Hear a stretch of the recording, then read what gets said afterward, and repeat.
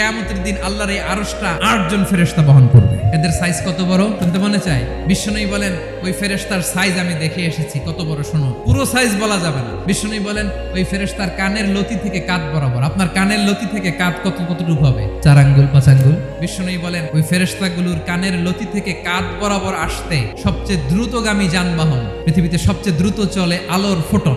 1 সেকেন্ডে আলোর ফোটন, আলোর কণা ছুটে 3 লক্ষ কিলোমিটার বেগে। 1 সেকেন্ড কইতে তো 2 সেকেন্ড লাগে।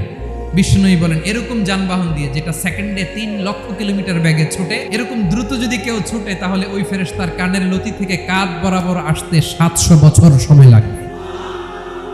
সেজদায় যখন লুটিয়ে পড়েন এটা ভাববেন, আয় রে কারে সেজদা দেই আমি, তিনি কি সুমহান, কি সুবিশাল, ওই রবের গোলাম আমি। আলহামদুলিল্লাহ পড়েন। যিনি ক্লান্ত হন না, যার লয় নাই, যার কোনো ক্ষয় নাই, যিনি ছাড়া আমাদের বাঁচার কোনো উপায় নাই। ঠিক কিনা বলেন?